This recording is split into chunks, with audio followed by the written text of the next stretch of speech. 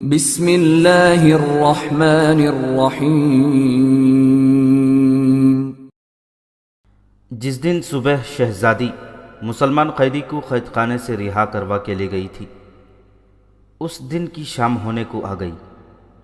اس شہزادی کا نام شارینہ تھا۔ وہ کسی معمولی سے گھرانے کی لڑکی نہیں تھی کہ گھنٹے ڈیڑھ گھنٹے بعد ہی گھر والے پریشان ہونے لگتے کہ لڑکی گھر سے نکلی تھی اور ابھی تک نہیں آئی۔ وہ شہزادی تھی اور ماں کو معلوم تھا کہ وہ گھوڑے پر گئی ہے، اس لیے کچھ وقت لگا کر ہی آئے گی، لیکن پورا دن گزر گیا تھا۔ شارینہ وہاں اکیلی لڑکی تو نہیں تھی، وہ شاہی محل تھا جس میں اس جیسی کئی لڑکیاں تھیں۔ ان میں کچھ داشتائیں تھیں اور کچھ بیویاں۔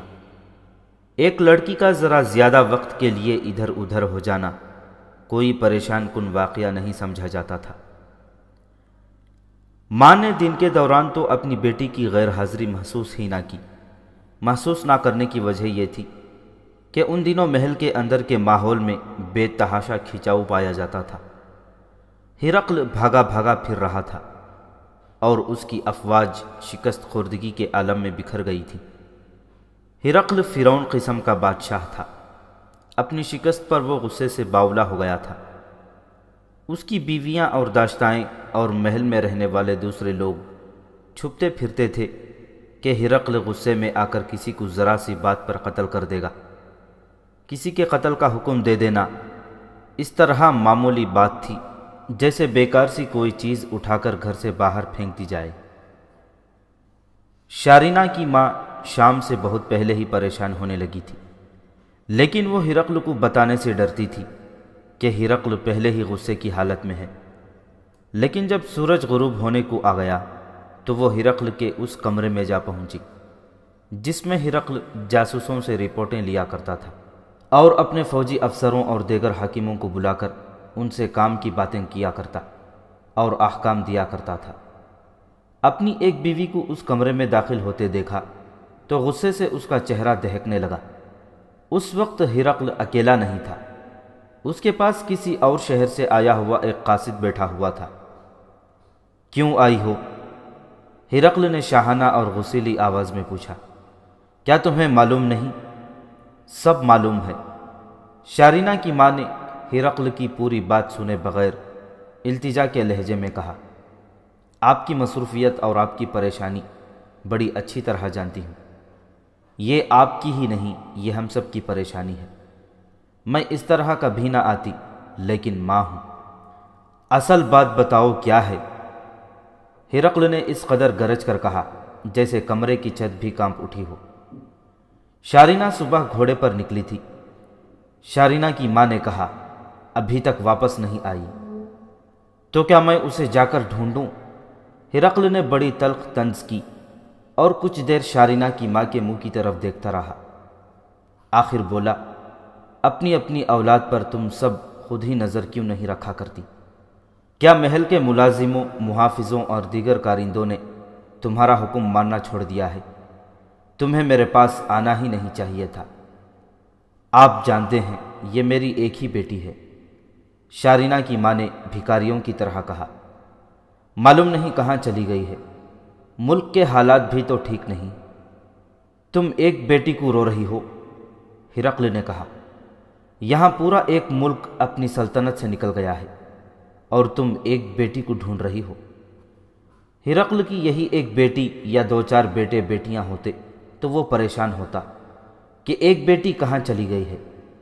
اسے تو یاد ہی نہیں ہوگا کہ اس کی کتنی باقاعدہ بیویاں ہیں اور داشتائیں کتنی ہیں۔ اسے تو یہ بھی معلوم نہ تھا کہ اس کے کتنے بیٹے اور کتنی بیٹیاں ہیں۔ ان دنوں تو اسے اور کچھ بھی یاد نہیں رہا تھا۔ پچھلے باب میں بیان ہو چکا ہے کہ ہرقل بھاگا بھاگا پھر رہا تھا۔ مسلمانوں نے اسے شام سے بے دخل کر دیا تھا۔ روحا میں اس نے آ کر پناہ لی تھی۔ وہ اس کوشش میں تھا کہ اپنی بکھری ہوئی فوج کو یہاں اکٹھا کر لے گا اور مسلمانوں کے خلاف فیصلہ کن جنگ لڑے گا۔ ایک شہزادی کا کہیں غائب ہو جانا اس کے لیے ذرا سی بھی پریشانی کا باعث نہیں بن سکتا تھا۔ شارینہ کی ماں نے ہرقل کی باتیں سنی اور اس کی ذہنی حالت دیکھی اور پھر اس کا ایسا سرد رویہ دیکھا تو کچھ اور کہے بغیر وہاں سے نکل آئی۔ اسے کسی نے بتایا تھا کہ اس کی بیٹی کو قید خانے کی طرف جاتے دیکھا گیا تھا۔ ماں اس سوچ میں پڑ گئی کہ قید خانہ آبادی سے کچھ دور ہے اور اس کے ارد گرد تمام علاقہ ویران اور بنجر ہے۔ اس طرف کوئی سیرگاہ نہیں، نہ کوئی اور ایسی جگہ ہے جہاں شارینہ گئی ہو۔ قید خانہ تو کوئی ایسی جگہ نہ تھی جسے دیکھنے کے لیے شارینہ گئی ہو۔ اگر وہ قید خانے میں ہی گئی تھی تو شام تک اس کا وہاں رکنا محض بے معنی اور ناقابل یقین تھا۔ وہ آخر ماں تھی، اس کے ذہن میں وہم اور وسوسے پیدا ہونے لگے۔ اسے خیال آیا کہ شارینہ قید خانے میں قیدیوں کو تفریحاً دیکھنے گئی ہوگی۔ ہو سکتا ہے کسی خطرناک قیدی نے اسے مار ڈالا ہو اور قید خانے کے عملے نے اس کی لاش اندر ہی کہیں دبا دی ہو تاکہ ان کے خلاف کوئی کارروائی نہ ہو سکے۔ شارینہ کی ماں ہرقل کی دوسری بیویوں کی طرح ایک بیوی تھی، ملکہ نہیں تھی۔ نہ ہی ہرقل نے اپنی کسی بیوی کو ملکہ عالیہ کا درجہ دیا تھا، پھر بھی اس کی بیویاں حکم چلا سکتی تھیں اور شاہی اختیارات کا آزادانہ استعمال کرنے کی بھی انہیں اجازت تھی۔ شارینہ کی ماں نے اپنے خاص ملازم کو قید خانے کی طرف دوڑایا کہ داروغہ کو ساتھ لے آئے۔ اس نے سوچا یہ تھا کہ داروغہ معلوم کرے کہ شارینہ قید خانے کے اندر گئی تھی، اور اگر نہیں گئی تو کسی نے اسے قید خانے کے قریب سے گزرتے دیکھا ہوگا۔ ان سے ایسی توقع تھی ہی نہیں کہ سارا سراغ داروغہ سے ہی مل جائے گا۔ قید خانے کا داروغہ حکم ملتے ہی پہنچ گیا۔ شارینہ کی ماں نے پریشانی کے عالم میں اس سے شارینہ کے متعلق پوچھا کہ وہ قید خانے کے اندر گئی ہوگی، اسے قید خانے کے قریب سے گزرتے کسی نے دیکھا ہوگا۔ داروغہ نے شارینہ کی ماں کے منہ کی طرف ایسے نظروں سے دیکھا جن میں سوال بھی تھا اور حیرت بھی۔ شارینہ کی ماں نے جب یہ کہا کہ وہ صبح کو گئی ہوئی اب تک واپس نہیں آئی تو داروغہ کے چہرے کا رنگ اڑ گیا۔ ملکہ عالیہ ہرقل کی بیوی ہونے کی وجہ سے اس نے احتراماً ملکہ عالیہ کہنا ضروری سمجھا اور بولا، کل صبح شہنشاہ ہرقل نے ایک مسلمان قیدی کو طلب کیا تھا۔ آج صبح شہزادی قید خانے میں آئیں اور اس مسلمان قیدی کو رہا کروا کے اسے اپنے ساتھ لے گئی تھی۔ باہر شہزادی کا گھوڑا کھڑا تھا جس پر وہ سوار ہوئی اور قیدی ساتھ ساتھ پیدل چل پڑا تھا۔ شارینہ کی ماں اس مسلمان قیدی کے متعلق اچھی طرح جانتی تھی کہ اسے اور اس کے 2-3 ساتھیوں کو مہمانوں کی طرح قید خانے میں کیوں رکھا ہوا ہے۔ اب اسے پتہ چلا کہ اس کی بیٹی ایک قیدی کو چھڑوا کر لے گئی ہے تو اس نے ضرورت محسوس کی کہ اس کی اطلاع ہرقل کو ہونی چاہیے۔ یہ کوئی سازش ہو سکتی تھی۔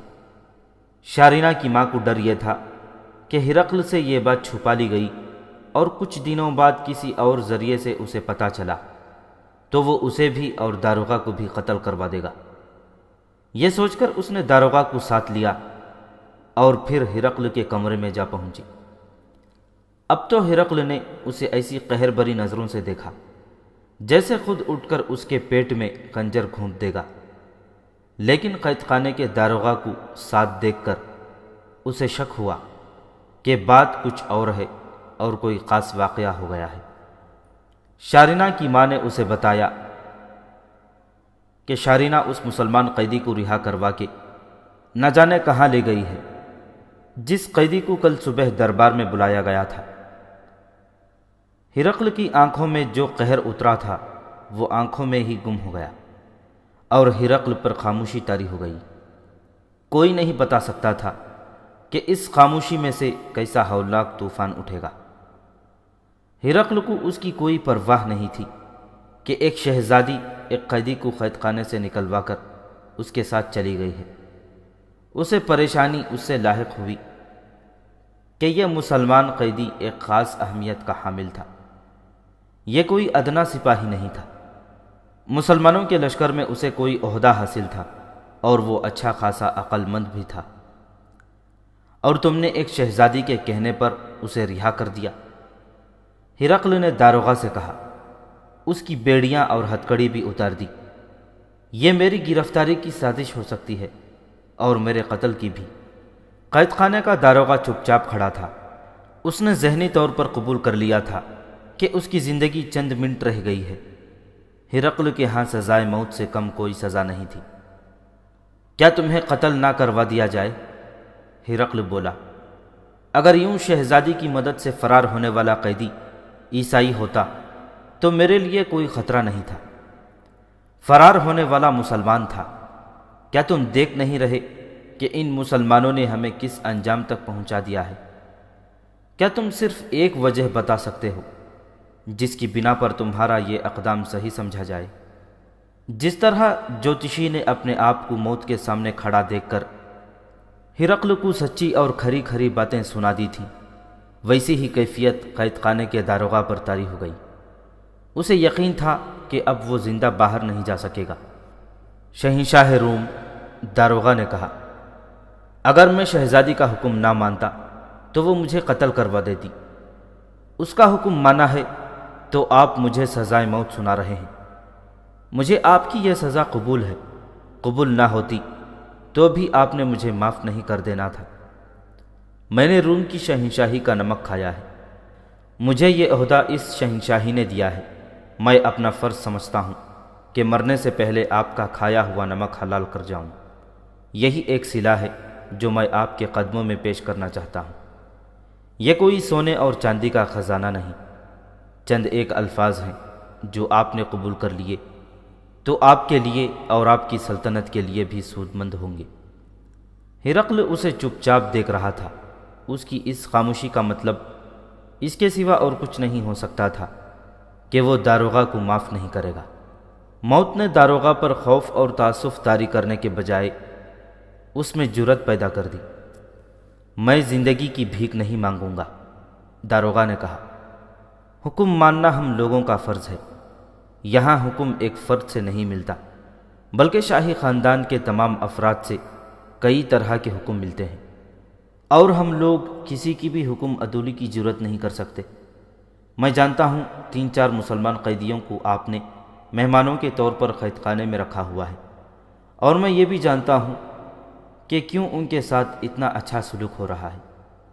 آپ ان سے یہ معلوم کرنا چاہتے ہیں کہ ان مسلمانوں نے اتنی قلیل تعداد میں ہوتے ہوئے روم کی ایسی عظیم اور دہشتناک جنگی طاقت کو کس طرح شکست دے دی ہے کہ رومی فوج بکھر کر پسپا ہو رہی ہے اور کہیں بھی اس کے پاؤں جم نہیں رہے۔ شاید آپ ان خصوصی قیدیوں کو کسی اور مقصد کے لیے بھی استعمال کرنا چاہتے ہوں گے۔ مجھے اس سے کوئی غرض نہیں۔ میں نے ان سے 2 بار یہی بات پوچھی تھی۔ انہوں نے جو جواب دیا وہ میرے دل نے قبول کیا اور میں یہ آپ کی خدمت میں پیش کرتا ہوں۔ انہوں نے کہا، اسلام میں کوئی بادشاہ نہیں ہوتا، نہ کوئی شاہی خاندان ہوتا ہے۔ بادشاہی صرف اللہ کی ہے، اور مسلمان اسی کا حکم مانتے اور اسی کے راستے پر چلتے ہیں۔ ان قیدیوں نے مجھے بتایا کہ وہ لڑتے بھی ہیں تو اللہ کو حاضر و ناظر جان کر اور اسی کی خوشنودی کی خاطر۔ 2 یا 3 مسلمان بھی کہیں اکٹھے ہو جائیں یا سفر پر نکلیں تو ایک کو اپنا امیر بنا لیتے ہیں اور پھر اسی کے حکم پر چلتے ہیں۔ ان کا سالار لشکر کا امیر بھی ہوتا ہے اور امام بھی۔ انہوں نے یہ بھی بتایا کہ ان کا رسول صلی اللہ علیہ وسلم بھی اپنے ساتھیوں سے مشورہ کر کے فیصلہ کیا کرتے تھے۔ اب ان کا ایک خلیفہ ہے جس کا ہر حکم بصر و چشم مانا جاتا ہے، لیکن خلیفہ بھی مشورے کے بغیر کوئی حکم جاری نہیں کرتا۔ کسی خلیفہ کی، کسی امیر کی اور کسی سپہ سالار کی بیوی یا بیٹی یا بیٹا کوئی حکم نہیں دے سکتے۔ اگر وہ کوئی جرم کر بیٹھیں گے تو انہیں بھی وہی سزا دی جائے گی جیسی ایک عام اور ادنا مرد یا عورت کو دی جاتی ہے۔ شہنشاہ معظم، اب اپنے ہاں دیکھیں، شاہی خاندان کے افراد کی تعداد دیکھیں۔ ہمارے لیے کوئی ایسا حکم نہیں کہ ہم ان میں سے کسی کا کوئی حکم بھی نہ مانیں۔ اگر میں ان میں سے کسی کا کوئی حکم نہیں مانوں گا تو وہ مجھے اسی قید خانے کی کال کوٹھری میں بند کر دے گا جس کا آج میں داروغہ ہوں۔ یہ بھی ذہن میں رکھیں کہ آپ نے شہزادی کے ساتھ نکل جانے والے قیدی کو مہمان کی حیثیت سے رکھنے کا حکم دیا تھا۔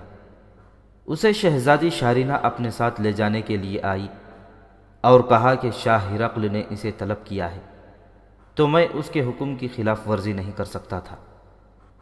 باقی تینوں مسلمان قیدیوں کی یہ سہولتیں ختم کر دو، ہرقل نے کہا۔ انہیں تہ خانے کی کوٹریوں میں بند کر دو، انہیں گل سڑ کر مرنے دو۔ ہرقل نے یہ حکم ایسے لہجے میں دیا جیسے نیند میں بول رہا ہو۔ یہ شک بھی ہوتا تھا جیسے اس نے داروغہ کی پوری بات سنی ہی نہ ہو۔ اس پر شکست کا پہاڑ آن پڑا تھا۔ شام ایک بڑا ملک تھا جو اس کے ہاتھ سے نکل گیا اور مسلمانوں کی جھولی میں چلا گیا تھا۔ کیا آپ ان کے تعاقب کا حکم نہیں دیں گے؟ شارینہ کی ماں نے پوچھا۔ نہیں، ہرقل نے بے جان سے لہجے میں کہا۔ صبح کے نکلے ہوئے اب تک وہ دور نکل گئے ہوں گے اور یہ بھی معلوم نہیں کہ وہ گئے کس سمت کو ہیں۔ شارینہ کی ماں کچھ نہ کچھ بولتی رہی۔ ہرقل اس کی کسی بات کا ادھورا سا جواب دے دیتا یا صرف اتنا کرتا کہ اس کے منہ کی طرف دیکھ کر منہ پھیر لیتا۔ داروغہ کو ہرقل نے کوئی اشارہ کیا تھا یا داروغہ نے فرض کر لیا کہ اس کا چھٹکارا ہو گیا ہے۔ وہ الٹے قدم چلتا دروازے تک گیا اور پھر باہر نکل گیا۔ وہ چلا گیا ہے، شارینہ کی بیوی نے کہا۔ اس کی جان بخشی نہ کریں، جانے دو اسے، ہرقل نے کہا۔ میں آنے والوں کا انتظار کر رہا ہوں۔ پہلے بیان ہو چکا ہے کہ ہرقل نے اپنی پسپا ہوتی ہوئی فوج کو شام کے مختلف مقامات پر بکھیر دیا تھا، اور اس نے یہ چال اس توقع پر چلی تھی کہ اس کے مطابق مسلمانوں کا لشکر بھی چھوٹے چھوٹے ٹکڑوں میں تقسیم ہو جائے گا اور یہ اس کی کمزوری کا باعث بنے گا۔ پھر ہرقل اپنی بکھری ہوئی فوج کو کسی ایک موزوں مقام پر یکجا کر کے مسلمانوں کے ٹکڑوں میں بٹی ہوئی فوج پر زوردار حملے کرے گا اور پھر مسلمان اس کے سامنے نہیں ٹھہر سکیں گے۔ ہرقل اب روحا میں آ گیا تھا اور اپنی فوج کو یہیں اکٹھا کرنا چاہتا تھا، لیکن کہیں سے بھی اسے کوئی جواب نہیں مل رہا تھا کہ وہاں کی فوج کب اس تک پہنچے گی۔ یہ تھا وہ انتظار جس کی بےتابی نے اس کا دماغ جکڑ رکھا تھا۔ سورج کبھی کا غروب ہو چکا تھا اور رات گہری ہو گئی تھی۔ اس وقت شارینہ روحا سے بہت ہی دور پہنچ گئی تھی اور اس کے سفر کا ایک دن گزر گیا تھا۔ مسلمان قیدی کا نام حدید بن مومن خزرج تھا۔ خزرج عرب کا ایک بڑا ہی مشہور قبیلہ تھا۔ پہلے تو ہم یہ دیکھ لیں کہ شارینہ اور حدید اس شہر سے نکلے کس طرح۔ قید خانہ آبادی سے کچھ دور تھا اور آگے ویران اور بیابان علاقہ تھا۔ کچھ دور تک شارینہ گھوڑے پر سوار رہی اور اس کے کہنے سے حدید نے گھوڑے کی باگ پکڑے رکھی۔ کوئی اجنبی دیکھ لیتا تو وہ یہی سمجھتا کہ یہ کسی امیر و وزیر کی بیٹی ہے اور باگ اس کے نوکر نے پکڑ رکھی ہے۔ حدید نے راستے میں بھی شارینہ سے پوچھا کہ وہ جا کہاں رہے ہیں۔ شارینہ نے اسے کہا تھا کہ وہ خاموشی سے اس کے ساتھ چلتا چلے۔ حدید پر کسی قسم کا خوف اور خدشہ طاری نہیں تھا۔ وہ بڑا خوبرو نوجوان تھا اور اس کے جسم میں طاقت بھی تھی اور پھرتی بھی۔ قید خانے سے کچھ ہی دور گئے ہوں گے کہ وہ دونوں دنیا کی نظروں سے اوجھل ہو گئے۔ سطح مرتفع علاقہ شروع ہو گیا تھا۔ چھوٹے بڑے نشیب تھے اور کہیں کہیں زمین اوپر کو ابھری ہوئی تھی اور اس سے آگے باقاعدہ ٹیکریاں آ گئیں۔ درخت بھی تھے اور جھاڑیاں بھی۔ وہاں کوئی باقاعدہ راستہ نہیں تھا، کوئی پگڈنڈی نہیں تھی اور صاف پتہ چلتا تھا کہ ادھر سے مسافر کم ہی گزرتے ہیں۔ ذرا اور آگے گئے تو ایک آدمی نظر آیا جس کے ساتھ ایک گھوڑا کھڑا تھا۔ اس آدمی نے گھوڑے کی باگ پکڑ رکھی تھی۔ شارینہ نے اس کے قریب جا کر گھوڑا روک لیا۔ وہ کوئی ادھیڑ عمر آدمی تھا۔ شارینہ اپنے گھوڑے سے اتر رہی تھی اور وہ گھوڑے کو اور قریب لے آیا۔ تم اس گھوڑے پر سوار ہو جاؤ، شارینہ نے حدید سے کہا۔ حدید کے لیے یہ سمجھنا مشکل نہیں تھا کہ یہ وہی گھوڑا تھا جس کے متعلق شارینہ نے قید خانے سے نکل کر کہا تھا کہ آگے چل کر الگ گھوڑا مل جائے گا۔ یہ ادھیڑ عمر آدمی یقیناً شارینہ کا ملازم تھا۔ حدید اس گھوڑے پر سوار ہو گیا۔ حدید نے سوار ہو کر شارینہ کی طرف دیکھا۔ شارینہ ابھی اپنے گھوڑے پر سوار نہیں ہوئی تھی۔ ادھیڑ عمر آدمی اس کی تعظیم میں اتنا جھک گیا تھا کہ رکوع کی حالت میں چلا گیا۔ شارینہ آخر شہزادی تھی اور یہ شخص اس کا نوکر یا سائس تھا۔ اس کے علاوہ اس نوکر کو توقع ہوگی کہ شہزادی اس کو انعام دے گی۔ شارینہ شہزادی نے اسے انعام یہ دیا کہ وہ ابھی رکوع سے اٹھا ہی نہیں تھا۔ شارینہ نے بڑی تیزی سے اپنے کپڑوں کے اندر ہاتھ کر کے خنجر نکالا اور خنجر بلند کر کے بڑی زور سے خنجر اس آدمی کی پیٹھ میں گھونپ دی۔ اس سے پہلے کہ یہ آدمی سیدھا ہوتا، شارینہ نے اس کی پیٹھ سے خنجر نکال کر ایسے ہی ایک اور وار اسی مقام پر کیا۔ پیٹھ کا یہ وہ مقام تھا جہاں دل ہوتا ہے۔ وہ بدقسمت آدمی سیدھا ہو ہی نہ سکا اور ایک پہلو پر زمین پر گر پڑا۔ شارینہ اس کے پاس کھڑی دیکھتی رہی۔ موت نے اپنا کام بڑی تیزی سے مکمل کر لیا۔ شارینہ نے خون آلود خنجر لاش پر جھک کر اس کے کپڑوں پر صاف کیا اور نیام میں ڈال دیا۔ اس آدمی نے کمر کے ساتھ چمڑے کی پیٹی سے تلوار باندھ رکھی تھی۔ شارینہ نے پیٹی کھول کر تلوار اور پیٹی کھینچی اور پھر حدید کو دے کر کہا کہ یہ اپنی کمر سے باندھ لے۔ اب تم نہتے نہیں رہو گے، شارینہ نے سنجیدگی سے کہا۔ میرے پاس تو خنجر ہے، اسے کس گناہ کی سزا دی ہے؟ حدید نے پوچھا۔ یہاں رکنا نہیں، شارینہ نے کہا، ابھی ہم خطرے میں ہیں۔ وہ گھوڑے پر سوار ہو گئی اور لگام کو جھٹکا دیا۔ گھوڑا چل پڑا تو وہ بولی، یہ شخص ہمارے لیے بہت بڑا خطرہ بن سکتا تھا۔ یہ محل کا نوکر تھا، یہاں سے دوڑتا جاتا اور میری ماں کی خوشنودی اور انعام حاصل کرنے کے لیے اسے بتا دیتا کہ میں ایک آدمی کے ساتھ فلاں طرف نکل گئی ہوں۔ ماں فوراً ہمارے تعاقب میں گھوڑ سوار بھیج دیتی۔ میرا کسی نے کیا بگاڑ لینا تھا، تم قتل کر دیے جاتے۔ یہ تو بتا دو تم ہو کون؟ حدید نے پوچھا۔ تمہیں میرا نام مجھ سے پوچھے بغیر معلوم ہے، اپنا نام ہی بتا دو۔ یہ بھی یقیناً پوچھنا چاہوں گا کہ مجھے کہاں لے جا رہی ہو۔ میرا نام شارینہ ہے، شارینہ نے کہا۔ میں شام ہرقل کے خاندان کی شہزادی ہوں۔ میں شاہ ہرقل کے خاندان کی شہزادی ہوں۔ میری ماں شاہ ہرقل کی بیوی ہے، لیکن اس کی بیٹی نہیں، بلکہ اس سے پہلے روم کا بادشاہ فوکاس ہوا کرتا تھا۔ میں اس کی بیٹی ہوں۔ پوچھتے ہو میں تمہیں کہاں لے جا رہی ہوں؟ تمہیں پہلے یہ بھی کہہ چکی ہوں کہ میں تمہیں نہیں لے جا رہی، بلکہ تمہارے ساتھ جا رہی ہوں۔ ایک بار پھر سن لو، مجھے اپنی فوج میں لے چلو۔ لیکن کیوں؟ حدید نے پوچھا۔ میرے ساتھ تمہارا تعلق ہی کیا ہے؟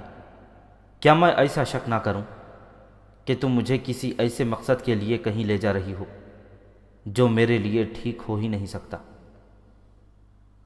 تم مرد ہو، تمہارے پاس تلوار ہے، شارینہ نے مسکراتے ہوئے کہا۔ جہاں کہیں خطرہ محسوس کرو گے مجھے وہیں قتل کر دینا۔ اس نے اپنے گھوڑے کو ہلکی سی ایڑ لگا کر کہا۔ کچھ دور تک گھوڑوں کو دوڑنے دو، آگے ایسا علاقہ آ رہا ہے جہاں گھوڑے ٹھیک طرح دوڑ نہیں سکیں گے، نہ انہیں دوڑانا ہے۔ آگے چل کر بتاؤں گی میں کون ہوں، اور پھر تم مجھے بتانا کہ میں پاگل تو نہیں۔ زمین کچھ اوپر اٹھتی جا رہی تھی، آگے چٹانیں بھی تھیں اور گھاس، پودوں اور درختوں سے لدی ہوئی خوبصورت ٹیکریاں بھی تھیں۔ کچھ آگے جا کر شارینہ نے گھوڑا روک لیا اور پیچھے دیکھا۔ حدید نے بھی گھوڑا روک کر پیچھے دیکھا۔ درختوں کے اوپر سے روہا کا قلعہ بند شہر نظر آ رہا تھا۔ وہ اس شہر سے دور نکل آئے تھے۔ دور افق تک دیکھو، شارینہ نے جذباتی سے لہجے میں کہا۔ کتنا خوبصورت علاقہ ہے، اب یہ علاقہ تمہارا ہے۔ روم کی شہنشاہی سے نکل گیا ہے۔ روم کے بادشاہ اور مجھ جیسی شہزادیاں ماضی کا قصہ بن جائیں گی۔ کیا مجھے سمجھنے کی کوشش کرو گے حدید؟ تم مجھے روم کی شاہی خاندان کی شہزادی سمجھتے ہو، لیکن مجھے شاہ ہرقل کی فتح کی اتنی خوشی نہیں ہوئی تھی جتنی اس کی پسپائی سے ہو رہی ہے۔ چلو، زیادہ رکنا ٹھیک نہیں۔ انہوں نے گھوڑے موڑے اور اپنے سفر پر چل دیے، لیکن ابھی دونوں کو معلوم نہیں تھا کہ ان کی منزل کہاں ہے۔ اب تم میرے رہنما ہو، شارینہ نے کہا۔ یہ اندازہ کر لو کہ تم کہاں سے پکڑے گئے تھے اور تمہاری فوج کہاں ہوگی۔ اب مجھے اپنی ملکیت سمجھو، قیدی سمجھو یا ہم سفر۔ میری زندگی کا سفر تمہارے ساتھ گزرے گا۔ وہ اب چٹانوں اور اونچی نیچی ٹیکریوں کے علاقے میں داخل ہو چکے تھے۔ وہاں کوئی سیدھا راستہ نہیں تھا۔ حدید ویسے ہی اندازے پر جا رہا تھا۔ محل میں لوگ مجھے اچھی نظروں سے نہیں دیکھتے، شارینہ نے اپنی بات شروع کی۔ بعض مجھے کم عقل کہتے ہیں اور مجھے پاگل کہنے والے بھی کم نہیں۔ وہ ٹھیک کہتے ہیں۔ میری باتیں اور میری عادتیں ہی کچھ ایسی ہیں۔ میں شہزادی ضرور ہوں، لیکن ان شہزادیوں میں سے نہیں جن کی لوگ کہانیاں سنتے سناتے رہتے ہیں۔ شاید میرے خون میں کوئی خرابی ہے۔ تم اصل بات سناؤ شارینہ، حدید نے کہا۔ میں تمہیں بتاؤں گا کہ خرابی تمہارے خون میں ہے یا دماغ میں۔ میری ماں کو تم نے نہیں دیکھا، شارینہ نے کہا۔ بہت ہی خوبصورت عورت ہے، میں اس کی واحد اولاد ہوں۔ وہ نسلاً شاہی خاندان سے نہیں، عرب کے کسی بہت ہی امیر تاجر خاندان کی لڑکی تھی۔ تم جانتے ہو تاجر تجارت کے معاملے میں ملک ملک پھرتے رہتے ہیں اور قافلوں کے ساتھ سفر کرتے ہیں۔ میری ماں کی عمر 16-17 سال تھی جب ایک بار اس کے باپ نے کہا کہ وہ تجارت کے لیے مصر جا رہا ہے اور سب کو ساتھ لے جائے گا۔ اس طرح وہ اپنے پورے کنبے کو ساتھ لے گیا۔ میری ماں تھی، اس کے چھوٹے 2 بھائی تھے اور اس کی ماں تھی، اور ایک چچا بھی ساتھ تھا۔ مجھے یہ باتیں ماں نے سنائی تھیں۔ بہت بڑا قافلہ تھا اور اس قافلے میں زیادہ تعداد تاجروں کی تھی، جس کا مطلب یہ تھا کہ اس قافلے کے ساتھ دولت بھی بہت جا رہی تھی، اور مختلف قسم کی تجارتی مال کا تو کچھ شمار نہ تھا۔ صحرائی قزاق ایسے قافلوں کے انتظار میں لگے رہتے تھے۔ انہیں اس قافلے کی بھی خبر ہو گئی ہوگی۔ کچھ دنوں بعد یہ قافلہ ملک شام میں داخل ہوا تو ایک جگہ قزاقوں نے اسے روک لیا۔ قافلے تو اب بھی لٹتے ہیں، اور تم جانتے ہوگے انہیں کس طرح لوٹا جاتا ہے۔ ماں بتاتی ہے کہ قزاق کوئی تھوڑے تو نہیں تھے۔ یوں پتہ چلتا تھا جیسے آسمان سے گدھوں کے غولوں اور زمین سے سینکڑوں بھیڑیوں نے حملہ کر دیا ہے۔ میری ماں نوجوان بھی تھی اور خوبصورت اتنی کہ اس پر لگی ہوئی نظر ہٹتی نہیں تھی۔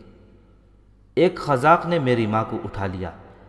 وہ دن اور آج کا دن میری ماں کو معلوم نہیں ہو سکا کہ اس کے ماں باپ کا اور بھائیوں کا کیا انجام ہوا تھا۔ قزاق ماں کو اغوا کر کے لے گئے۔ میں تصور میں لا سکتی ہوں کہ اس کم سینی میں میری ماں کس قدر قیمتی ہیرے جیسی ہوگی۔ وہ کوئی عام سی لڑکی ہوتی تو کھلی منڈی میں فروخت ہو جاتی، لیکن وہ عمرہ کی بھی نہیں بلکہ بادشاہوں کی پسند کی چیز تھی۔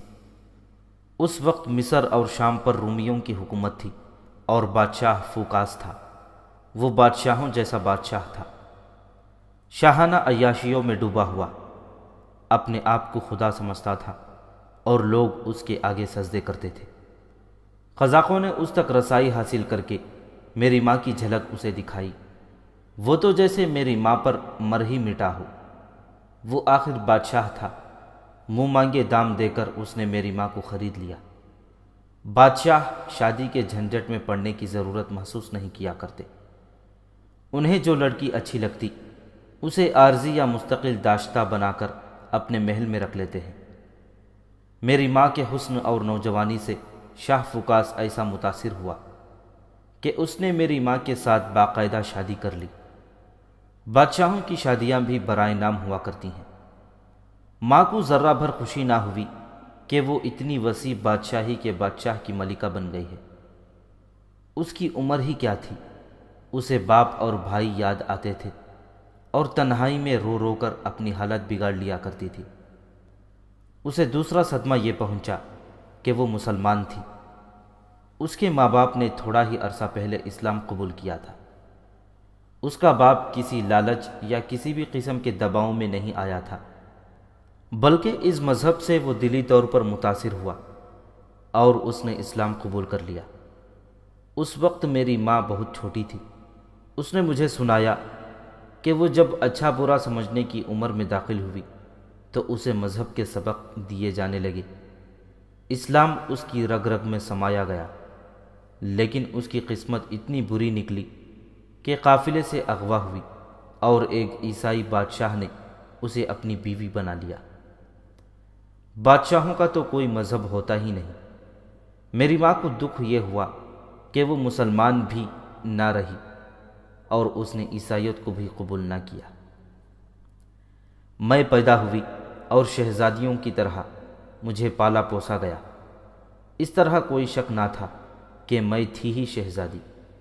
3-4 سال کی عمر کو میں پہنچی تو یاد ہے کہ میں نے ماں کو چوری چھپے نماز پڑھتے دیکھا تھا، لیکن میری عمر 5-6 سال کی ہوئی تو میں نے ماں کو شراب پیتے دیکھا اور اس کی نمازیں ختم ہو گئی تھیں۔ شیطانوں کے شاہی ماحول میں رہ کر میری ماں کی فطرت ہی بدل گئی اور وہ بھی شیطان فطرت بن گئی۔ میں تمہیں وہ سازشیں اور سیاست بازیاں نہیں سنا رہی جو بادشاہوں کے محلات کا معمول ہوا کرتی ہیں۔ ماں نے مجھے یہ ساری ابلیسی حرکتیں اپنی بھی، شاہ فوکاز کی دوسری بیویوں کی بھی تفصیلاً سنائی تھیں۔ تم جانتے ہو کہ ایرانی آتش پرست ہیں اور روم کی ٹکر کی جنگی طاقت ہے۔ میں حیران ہوں کہ تم مسلمانوں نے کس طرح ان ایرانیوں کو عراق سے بے دخل کر کے انہیں گھٹنوں بٹھا دیا ہے۔ انہوں نے اچانک رومی سلطنت پر حملہ کر دیا اور دیکھتے ہی دیکھتے مصر اور شام پر قابض ہو گئے۔ شاہ فوکاس اپنے وطن بھاگ گیا۔ ہرقل رومی فوج کا جرنیل تھا۔ جرنیل تو چند اور بھی تھے، لیکن ہرقل کا نام سب سے زیادہ اونچا اور مشہور تھا، کیونکہ جنگی فہم و فراست کے لحاظ سے کوئی اس کے سامنے ٹہر نہیں سکتا تھا۔ اس کی شہرت اور عزت کی دوسری وجہ یہ تھی کہ اس کا تعلق شاہی خاندان کے ساتھ تھا۔ وہ برداشت نہ کر سکا کہ ایرانیوں نے رومیوں کو شکست دی ہے۔ وہ جانتا تھا کہ شکست کا اصل باعث فوکاس کی عیاش شہنشاہیت ہے۔ اس نے ایرانیوں کو ہمیشہ نظر انداز کیے رکھا تھا اور اپنی سلطنت کی طرف سے بے خبر رہا۔ میری عمر 6-7 سال تھی۔ اس عمر میں بچہ اتنی زیادہ باتیں نہیں سمجھ سکتا جو میرے دماغ میں بیٹھ گئی ہیں۔ میرے ساتھ کے بچوں کو پرواہ ہی نہیں تھی کہ دشمن نے ہمیں وسیع و عریض ملکوں سے بے دخل کر دیا ہے، لیکن مجھے اس شکست کا اتنا ہی صدمہ ہوا تھا جتنا ہرقل محسوس کر رہا تھا۔ ہرقل میرے ساتھ بہت پیار کیا کرتا تھا۔ اس کا میل جول میری ماں کے ساتھ تھا۔ پہلے جب کبھی ماں ہرقل سے ملنے جاتی یا وہ ماں سے ملنے آتا تو ماں مجھے ساتھ رکھتی تھی، لیکن کچھ دنوں بعد ماں نے مجھے اپنے اور ہرقل کے درمیان سے ہٹا دیا۔ بڑے ہو کر مجھے پتہ چل گیا تھا کہ میری ماں نے ہرقل کے ساتھ ناجائز دوستی لگا رکھی ہے۔ یہ کوئی عجیب اور انوکھی بات نہیں تھی۔ شاہی محلات میں یہ سلسلہ چلتا ہی رہتا ہے۔ شاہ فوکاس اپنی کون کون سی بیوی کا خیال رکھتا۔ اب میں تمہیں جو بات سنانے لگی ہوں مجھے بڑے ہو کر معلوم ہوئی تھی۔ بات یہ تھی کہ ہرقل شاہ فوکاس کو اکساتا رہتا تھا کہ ایرانیوں پر جوابی حملہ کیا جائے، لیکن فوکاس ٹالتا چلا جا رہا تھا۔ ہرقل نے اس بادشاہ کا تختہ الٹنے کا ارادہ کر لیا۔ اس مقصد کے لیے اس نے دوسرے جرنیلوں کو ساتھ ملا لیا۔ دوسرے جرنیل اس وجہ سے بغاوت کے لیے تیار ہو گئے کہ شاہ فوکاس شکست کی ذمہ داریاں ان جرنیلوں پر ڈال رہا تھا۔ ہرقل نے تمام جرنیلوں کو تیار کر لیا تو پتہ چلا کہ 2-3 جرنیل دراصل شاہ فوکاس کے حامی ہیں اور فوج کی خاصی نفری کو انہوں نے شاہ فوکاس کی ذاتی فوج بنا رکھا ہے۔ ہرقل نے سوچا کہ اس نے بادشاہ کا تختہ الٹنے کی کوشش کی تو خانہ جنگی ہوگی جو روم کو لے ڈوبے گی۔ خانہ جنگی کے بغیر تختہ الٹنے کا ایک ہی ذریعہ تھا کہ شاہ فوکاس کو کسی نہ کسی طریقے سے قتل کر دیا جائے۔ بادشاہ کو قتل کرنا تقریباً ناممکن تھا۔ وہ اپنی عیاشیوں میں ڈوبا رہتا تھا اور اس کے ارد گرد محافظوں کا حصار قائم کر دیا گیا تھا۔ میرا خیال ہے بادشاہ کو پتہ چل گیا تھا کہ اس کا تختہ الٹنے کی سازش ہو رہی ہے۔ ہرقل کے ساتھ اس کے تعلقات کشیدہ ہو گئے تھے۔ بادشاہ یقیناً ہرقل سے ڈرتا تھا۔ میری ماں ہرقل سے ملتی رہتی تھی اور ان کی دوستی پہلے کی طرح چل رہی تھی۔ ہرقل نے میری ماں کے ساتھ کبھی ذکر تک نہ کیا تھا کہ وہ شاہ فوکاس کا تختہ الٹنا چاہتا ہے۔ ایک روز میری ماں نے شک کی بنا پر ہرقل سے پوچھا تو ہرقل نہ مانا۔ میری ماں نے اسے بتایا کہ اس کے دل میں بادشاہ کے خلاف اتنا زہر بھرا ہوا ہے کہ وہ بادشاہ کو قتل کرنے تک سوچ سکتی ہے، لیکن اسے کسی کی پشت پناہی کی ضرورت ہے۔ تب ہرقل نے اسے اپنا راز دے دیا اور یہ وعدہ کیا کہ وہ شاہ فوکاس کو کسی نہ کسی طریقے سے قتل کر دے تو ماں تیار ہو گئی۔ قتل کے طریقوں پر غور ہونے لگا۔ آخر یہ طے پایا کہ میری ماں بادشاہ کو زہر پلا دے اور ہرقل کو فوراً اطلاع دے دے۔ میری ماں کے لیے یہ طریقہ آسان تھا۔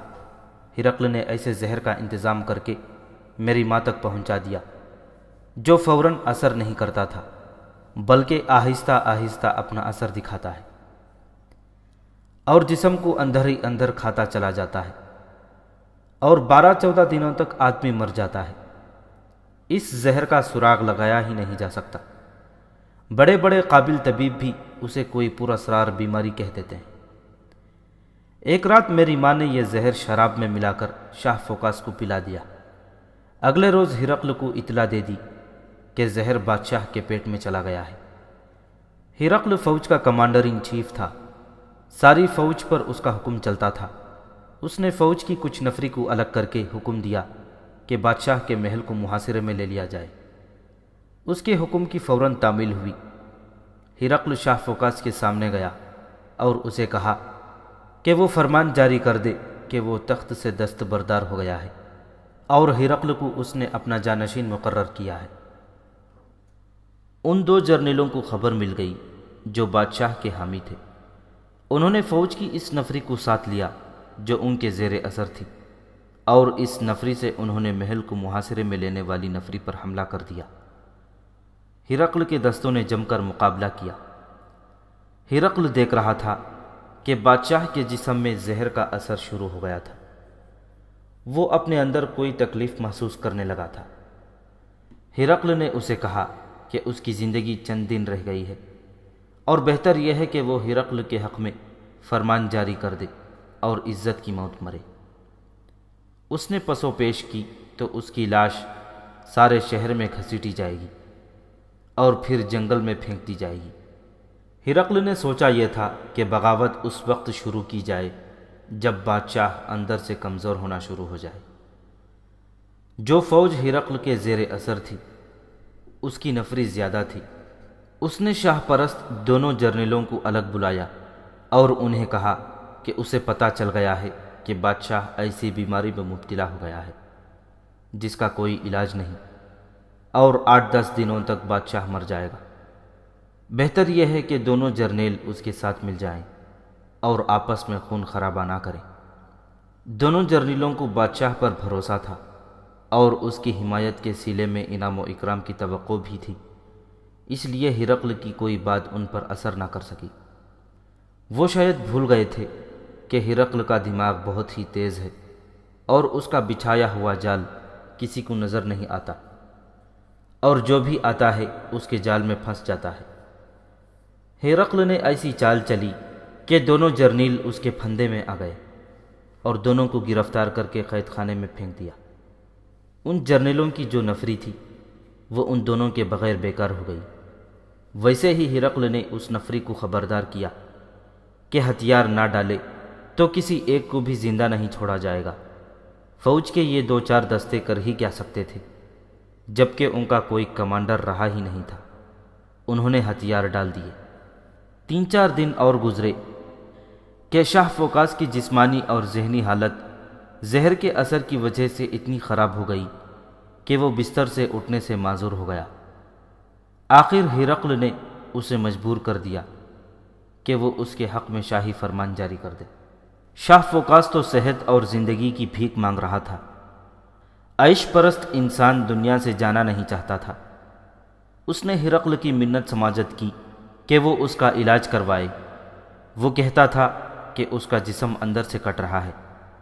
وہ تو زندہ لاش بن گیا تھا اور طبیب اندھیرے میں ہاتھ پاؤں مار رہے تھے، اور یہ پتہ چلتا ہی نہیں تھا کہ یہ کیسی بیماری ہے جو بادشاہ کو اندر ہی اندر کھائے چلی جا رہی ہے۔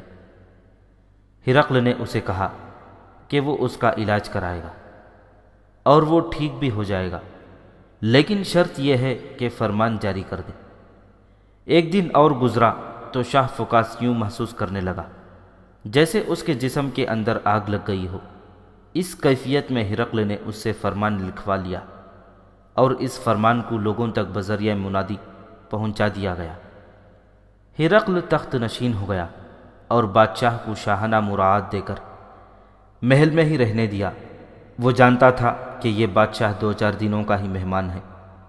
ایسے ہی ہوا۔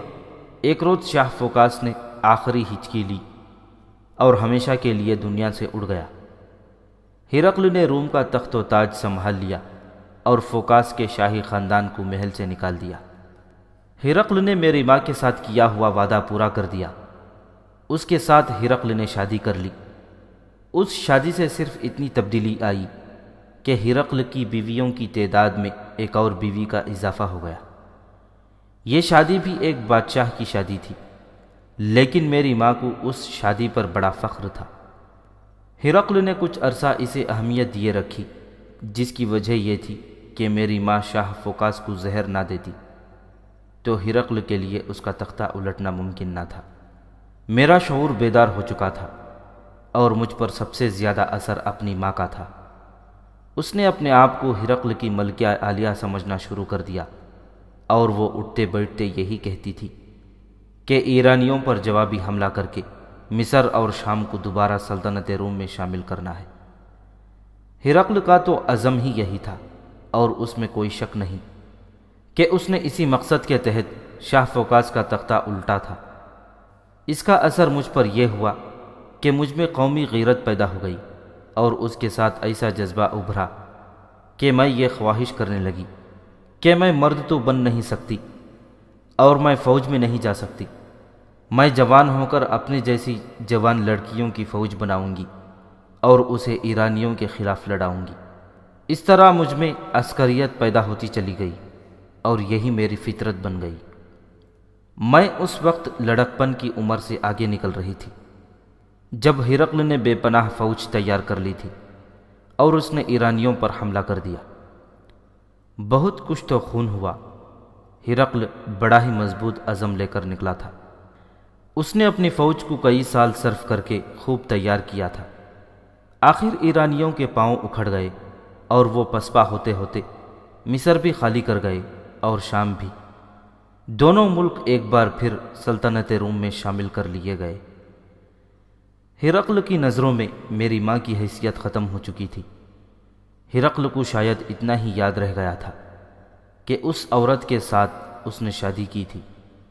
پسپا ہوتے ایرانیوں کی بہت سی حسین و جمیل اور نوخیز لڑکیاں رومیوں کے ہاتھ لگی تھیں۔ ان میں سے کئی ایک کو ہرقل کے حرم میں داخل کر دیا گیا تھا۔ میری ماں کی جوانی ڈھل رہی تھی۔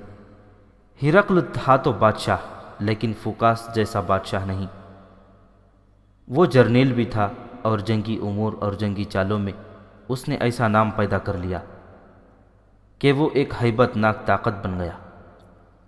میں اپنی ماں کو افسردہ اور اداس دیکھنے لگی۔ شاید یہ اسی کا اثر تھا کہ مجھے یاد آنے لگا جب ماں چوری چھپے نماز پڑھا کرتی تھی۔ ایک تو یہ جذبہ یا احساس تھا اور دوسرا احساس یہ تھا کہ مجھ میں عسکریت پیدا ہو گئی تھی اور میں صرف یہ نہیں چاہتی تھی کہ کوئی خوبصورت شہزادہ میرے ساتھ شادی کر لے اور میں کسی کی ملکہ بن جاؤں۔ میں پوری طرح بیان نہیں کر سکتی کہ میرے وجود میں کیسی آگ لگ گئی ہے۔